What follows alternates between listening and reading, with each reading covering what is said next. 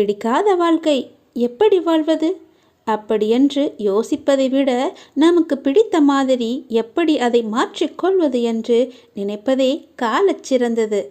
அதுதான் நமக்கும் நல்லது. நதி போல நீ பயணித்து கொண்டே இருக்க வேண்டும்.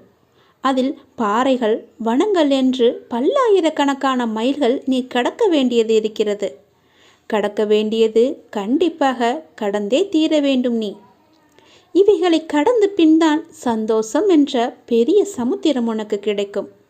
வெற்றி பெற அசைக்க முடியாத நம்பிக்கையும் விடாமுயற்சியும் இருந்தாலே அது போதும். வெற்றி நிச்சயமாகவே கிடைக்கும். எல்லோருக்கும் எல்லாமும் உண்டு. ஆனால் எல்லோருக்கும் எல்லாமும் அதற்கு உண்டான வயதில் கிடைப்பது என்பது மிகவும் அரிது.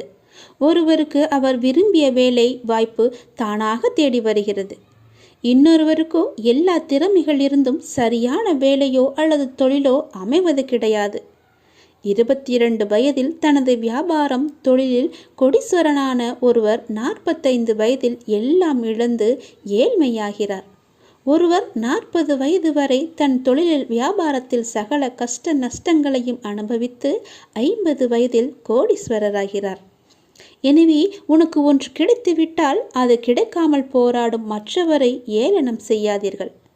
உன்னை மற்றவரோடு ஒப்பிட்டு உன்னிடம் இல்லாததை நினைத்து நீ புலம்பாதே.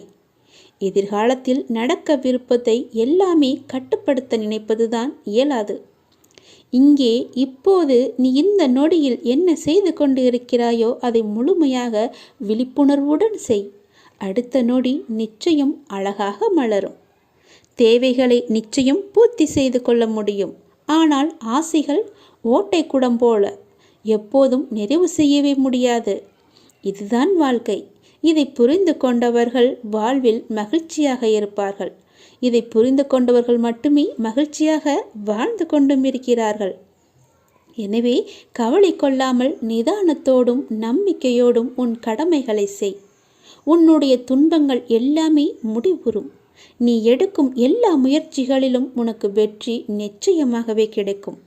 என் வார்த்தைகளை நம்பு. நான் சொல்வது போல செய். என் மீது நம்பிக்கை வைத்து செயல்படு. உன்னை அலட்சியமாக நினைப்பவர்கள் நிறைய பேர் இருக்கிறார்கள். அவர்களுக்கெல்லாம் நீ பதில் சொல்ல வேண்டிய நேரம் இது.